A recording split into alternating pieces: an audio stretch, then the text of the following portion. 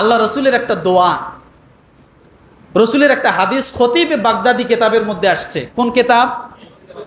খতিবে বাগদাদি নামে একটা কেতাব আছে। কেতাবের মধ্যে আসছে রসুল দোয়া করেছেন এবং বলেছেন সবচেয়ে উত্তম কাজ হলো দর্জি কাজ আর হলো সুতা কাটা কাজ। কোথায় আছে এটা? খতিবে বাগদাদি নামে একটা কেতাব আছে। এই কেতাবের মধ্যে রসুল বলেছে উত্তম কাজ কোনটা? দর্জি কাজ, সুতা কাটা কাজ। এখন বলেন, বাংলাদেশের মধ্যে অর্থনৈতিক দিক থেকে সর্বশ্রেষ্ঠ যে উন্নতি চালিকা শক্তি, সেটা কোথার থেকে আসতেছে? গার্মেন্টস। গার্মেন্টসে কি কাজ করা হয়? দর্জি কাজ আর কি?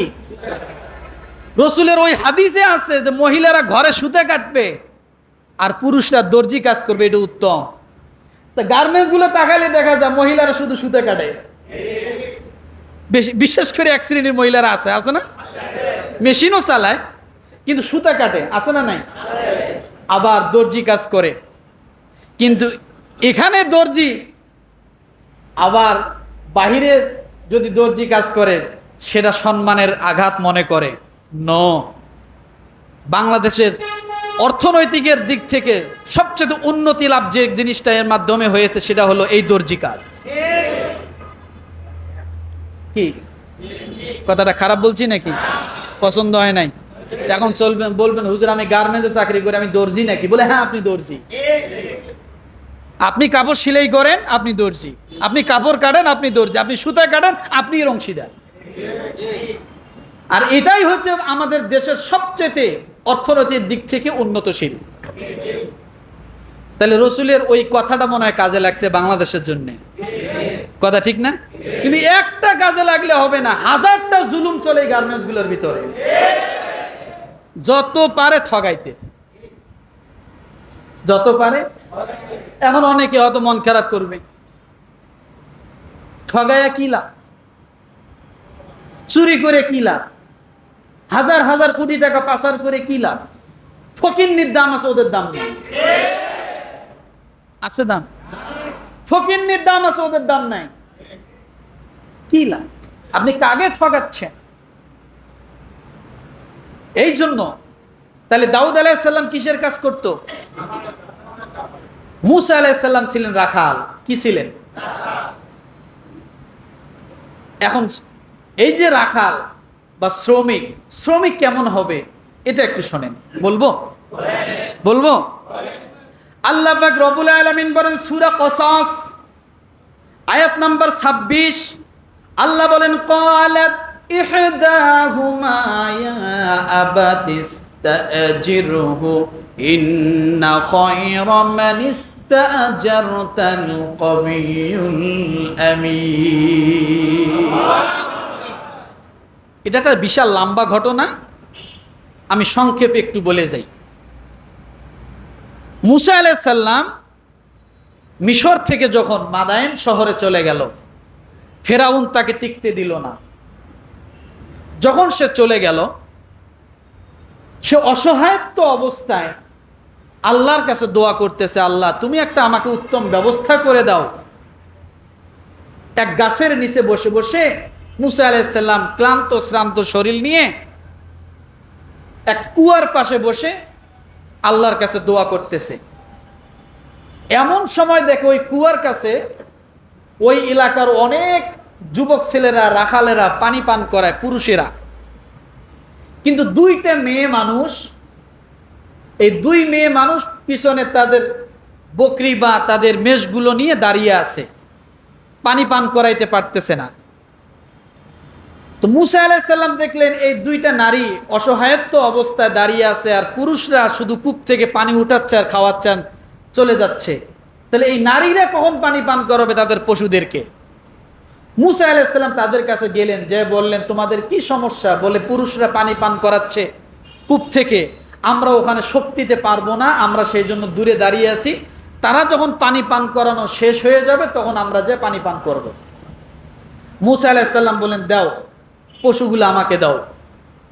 পশুগুলো দিলেন। তখন মুসা আলাইহিস সালাম ওই পুরুষদের কাছে, যুবকদের সামনে যাইয়া এই পশুগুলোকে পানি পান করাইয়া এরপরে আবার ওই নারীদের হাতে দিলেন। এবার নারীরা খুশি না বেজা? খুশি না বেজা? খুশি। আমার ভাইরা, কিন্তু এই নারীরা যাইয়া তাদের আব্বা শুআয়ব আলাইহিস সালাম, তিনি একজন নবী, সুবহানাল্লাহ বলেন। শুআয়ব আলাইহিস সালামকে যা বললেন, আব্বাজি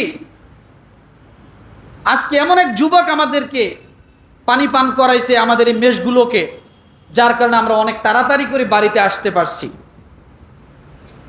আপনি যদি চান তাহলে এই যুবককে আপনি আমাদের কাজের জন্য, আমাদের বাড়ির কাজের জন্য আপনি নিলে খুব ভালো হবে। সুবহানাল্লাহ বলেন। একে পারিশ্রমিক হিসেবে আপনি যদি কাজে নেন খুব ভালো হবে, কারণ এমন ব্যক্তি উত্তম যে আমানতদার এবং যে শক্তিশালী। সুবহানাল্লাহ বলেন। তাহলে শ্রমিকের গুণ থাকতে হবে এখানে কয়টা? এক নম্বরে, দ্বিতীয় নম্বরে শক্তিশালী। মান ইস্তাজারাতাল কবিয়্যুল আমিন, যে হবে শক্তিশালী, এবং আমিন যে হবে কি? আমানতদার। এমন ব্যক্তি উত্তম যে শক্তিশালী হবে এবং আমানতদার হবে। আপনি চাইলে তাকে আমাদের বাড়ির কাজের জন্য রাখতে পারেন। আমার ভাইরা, সঙ্গে সঙ্গে শুআয়ব আলাইহিস সালাম বলেন, ক্বালা ইন্নী উরিদু আন উনকিহাকা ইহদা ইবনাতাইনি হাতাইনি আলা আন তা'জুরনি সামানিয়া হিজাজ ফাইন আতমামতা আশারান ফামিন ইনদিক ওয়ামা উরিদু আন আশুক্কা আলাইক সাতাজিদুনি ইনশাআল্লাহু মিনাস সালিহিন। তাহলে মুসা আলাইহিস সালাম কি হলেন? শ্রমিক নাকি? আর শ্রমিকের কয়টা থাকতে হবে? এক হলো শক্তিশালী, আর একটা হলো কি? এবার মালিক কেমন হতে হবে? সূরা কসস আয়াত নাম্বার 27। ওই নারীদ্বয়ের পিতা বলল, আমি আমার এই দুই মেয়ের একজনকে তোমার সাথে বিবাহ দিতে চাই, এই শর্তে যে তুমি পারিশ্রমিকের বিনিময় 8 বছর আমার বাসায় থাকবা, অথবা 10 বছর পূর্ণ করতে পারো। যদি তুমি এই শর্তে আমার কাছে থাকো তাহলে আমি তোমাকে আমার শ্রমিক হিসেবে, আমার বাড়ির শ্রমিক হিসেবে তোমাকে রাখতে চাই। সেটা তোমার নিজ এখতিয়ার। 8 বছর অথবা 10 বছরের জন্য তোমাকে আমি রাখবো। এর পরিণামে আমি তোমাকে আমার একটা কন্যাকে সঙ্গে তোমাকে বিয়া দিব। এরপরে বললাম, আমি তোমাকে কষ্ট দিতে চাই না, ইনশাআল্লাহ তুমি আমাকে সদাচারীদের একজনের পাবে। আমি তোমাকে কষ্ট দিতে চাই না, এবং সদাচার ব্যক্তি হিসেবে তুমি আমাকে, তোমার প্রতি দয়া হিসেবে আমাকে পাবে। তাহলে একজন মালিকের এখানে 2টা গুণ থাকতে হবে। কি? কষ্ট দিবে না শ্রমিকদেরকে, দ্বিতীয় তাদের প্রতি সবসময় সহানুভূতিশীল হবে। কি হবে? কিন্তু বর্তমান সময়ে মালিকরা কি কষ্ট দেয় না? জুলুম করে না? হ্যাঁ, করে না? খুব দয়াবান। এই মাসের বেতন ও মাসে, 1 মাস 10 দিন কাজ করি 1 মাসের বেতন, 100 ঘন্টা ওভারটাইম করে 50 ঘন্টা। আছে না নাই? আছে। তাহলে আপনি যদি শ্রমিককে আমানতদার চান, আপনি যদি শ্রমিককে মনোদিক থেকে, শারীরিক দিক থেকে শক্তিশালী চান, তাহলে আপনাকেও ওই রকম গুণে গুণান্বিত হবে। সব সময় শ্রমিকের প্রতি কি থাকতে হবে? রহম থাকতে হবে। আর শ্রমিকের প্রতি আপনার দয়াবান থাকতে হবে। যদি আপনি না থাকেন তাহলে শ্রমিকের কাছ থেকে আপনি শুধু পাওয়ার আশা করবেন, এটা কোনোদিন হতে পারে না। এটা কোনোদিন কি হতে পারে না। আমার ভাইরা, এই জন্য সবসময় আমাদের এই জিনিসগুলো যদি আমরা চিন্তা করি, কার কি অধিকার, এই অধিকারগুলো সঠিকভাবে আদায় করা। কি বলেন তো? এই অধিকারগুলো কি? শ্রমিকের কয়েকটা অধিকার আছে। এক নম্বরে শ্রমিক যখন কাজ করবে, কাজ করার শেষে হয়তো দিনের মজুরি অথবা মাসিক মজুরি, যেটাই আপনার আলোচনায় চুক্তিতে হয়, যখনই কাজ করবে পারিশ্রমিক তাদেরকে সাথে সাথে বুঝিয়ে দেওয়া। কি করা? এই পারিশ্রমিক শব্দটা কোরআনুল কারিমের মধ্যে 150 বার এসেছে। কতবার? কতবার? এই পারিশ্রমিক শব্দটা কোরআনুল কারিমে 150 বার আসছে। তাহলে এটার মর্যাদা কত, মূল্য কত, এটা কত গুরুত্বপূর্ণ এবার বোঝেন। 150 বার আজর শব্দটা 150 বার কোরআনুল কারিমে আসছে আমার ভাইরা। তাহলে এক নাম্বার কাজ কি? শ্রমিকের অধিকার কি? কাজ করার সাথে সাথে তার পারিশ্রমিক বুঝিয়ে দেওয়া। যে ব্যক্তি পারিশ্রমিক বুঝিয়ে দেয় না, তার জন্য একটা কঠিন হাদিস শোনেন। হাদিসটা হলো বুখারী, হাদিস নাম্বার 2270। কত? কিয়ামতের ময়দান যখন অনুষ্ঠিত হবে, কষ্ট হচ্ছে না তো? কিয়ামতের ময়দান যখন অনুষ্ঠিত হবে, তখন দুনিয়ার একজন মানুষ আর একজন মানুষের বিরুদ্ধে মামলা করবে। এই হাদিসটা শুনছেন না? একটা পশু আর একটা পশুর উপরে মামলা করবে কিয়ামতের ময়দানে। কিন্তু রসুল বলেন, 2270 নম্বর হাদিস সহিহুল বুখারী, রসুল বলেন এই হাদিসটা হলো হাদিসে কুদসি। কি বলেন তো? হাদিসে কুদসি। এই হাদিসে বলেন স্বয়ং আল্লাহ নিজেই কিয়ামতের ময়দানে 3 শ্রেণীর মানুষের বিরুদ্ধে আল্লাহ নিজেই মামলা দায়ের করবে। নাউজুবিল্লাহ বাড়িতে যায় কোয়েন। কে মামলা করবে? কে মামলা করবে? স্বয়ং আল্লাহ নিজেই মামলা করবে। তাহলে মামলাটা কেমন হবে? যিনি বিচারক তিনি আবার মামলা করতেছেন। এবার বোঝেন বিষয়টা কত কঠিন। যিনি বিচারক, সেদিন তার উপর আর কোনো বিচারক নাই, আছে? তিনি নিজেই মামলা করতেছেন। কি মামলা? আবু হুরায়রা রাদিয়াল্লাহু থেকে বর্ণিত, নবী সাল্লাল্লাহু আলাইহি ওয়াসাল্লাম বলেছেন, আল্লাহ তাআলা বলেন, আমি কিয়ামতের দিন 3 ব্যক্তির বিরুদ্ধে মামলা করব। কয় ব্যক্তির বিরুদ্ধে? 3 ব্যক্তি। তার মধ্যে এক নম্বরে মানে একজন ব্যক্তির বিরুদ্ধে যে মামলা, তৃতীয় নাম্বার সে ব্যক্তি হলো যে কোনো লোককে মজদুর নিয়োগ করে এবং তার হাতে কাজ পুরোপুরি আদায় করলো, অথচ তার পারিশ্রমিক সঠিকভাবে বুঝিয়ে দিল না।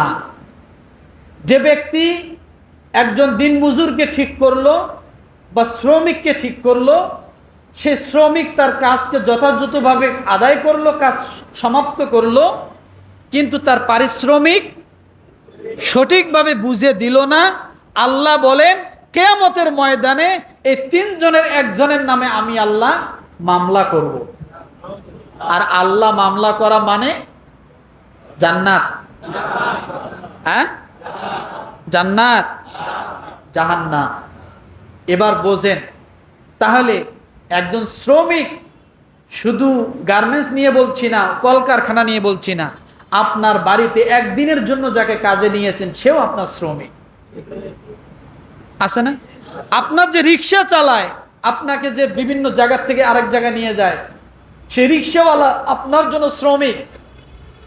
তাকে 5 টাকা কম দেন, 5 টাকা কম দেওয়ার জন্য আপনি তার সঙ্গে ঝগড়া করেন, আছে না? অথচ অন্য জায়গায় যে আপনি 100 টাকা ভেঙে খাচ্ছেন।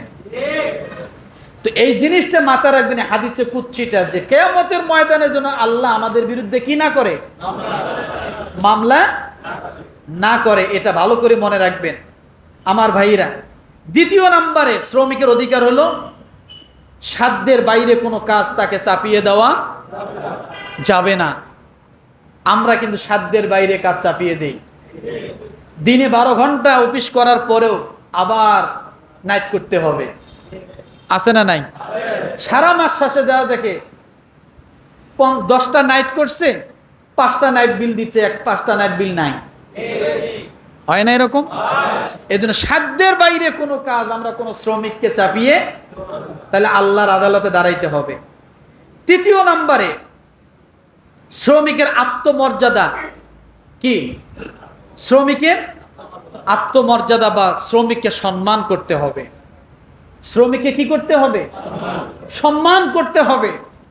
সে যেই হোক না কেন, আপনার একদিনের কাজের লোক হোক না কেন, আপনি তাকে নিয়ে একসাথে বসে খাবার খান, তাকে আলাদা করবেন না। আপনি যা খান তাকে তাই খাওয়ান। যদি আপনি তাই করতে পারেন, কিয়ামতের ময়দানে রব্বুল আলামিন আপনার জন্য আলাদা স্পেশাল জান্নাতের ব্যবস্থা করে দিবে, জান্নাতে মেহমানদারি করাবে। তাহলে তাদেরকে সম্মান করা, মর্যাদা দেওয়া। সে শ্রমিক, সে অসম্মানী নয়। সে শ্রমিক, সে অসম্মানী নয়। তার একটা আত্মমর্যাদা আছে, আছে না নাই? চতুর্থ নম্বরে একজন শ্রমিকের অধিকার হলো শ্রমিকের প্রতি কোনো জুলুম করা যাবে না। যদি করেন, আয-যুলমু যুলমাতুন ইয়াউমাল কিয়ামা, মনে রাখেন কিয়ামতের দিন আপনার উপরেও জুলুম করা হবে। ওই দিনের জুলুমের থেকে বড় জুলুম আর নাই, আছে? ওই দিনের জুলুমের থেকে বড় জুলুম আর নাই। এই জন্য বলি ভাই, আমরা সকলেই কোনো না কোনো সময় কোনো না কোনো শ্রমিকের শরণাপন্ন হই। ওই যে বলছি একজন রিক্সাওয়ালাও আপনার শ্রমিক, ওই যে বলেছি একজন নাপিত, সে আপনার শ্রমিক, একজন জুতা কালি করে সে আপনার শ্রমিক, আছে না? এইরকম ভাবে আপনি যার দ্বারস্থ হয়ে কোনো কাজের উপকৃত নিচ্ছেন, সে আপনার শ্রমিক। অতএব আপনার মর্যাদা যেমন তার মর্যাদাও, আপনার সম্মান যেমন তার সম্মানও ওই রকম। এই জন্য কখনো শ্রমিকদের অধিকারকে ক্ষুণ্ণ করব না, তাদের ন্যায্য পাওনা দেওয়ার জন্য চেষ্টা করব। 10-5 টাকা, 20-100 টাকা, 2-1000 টাকা তাদের মেরে দিয়ে খায়া আপনি বড়লোক হতে পারবেন না। বরঞ্চ আপনার কোনো না কোনো সময় ক্ষতি হবে, কোনো না কোনো দিক দিয়ে ওই শ্রমিকের ঘাম ঝরানো টাকাটা আপনার পরিবারের দিক থেকে বাইর হয়ে যাবে, আপনি টের পাবেন না। এক শ্রমিকের 5000 মেরে দিবেন, তো ঘরে যেয়ে দেখবেন আপনার সন্তান এমন অসুস্থ হয়েছে, হাসপাতাল দৌড়াতে আপনার 50,000 টাকা চলে গেছে। এই জন্য আমরা কখনো শ্রমিকদের উপর কোনো জুলুম রাজি আছি ইনশাআল্লাহ। আল্লাহ তাআলা আমাদের সকলকে সহি আমল করা এবং বুঝার জন্য তৌফিক দান করুক, আমিন। ওয়া আখির দাওয়ানা আনিল হামদুলিল্লাহি রাব্বিল আলামিন।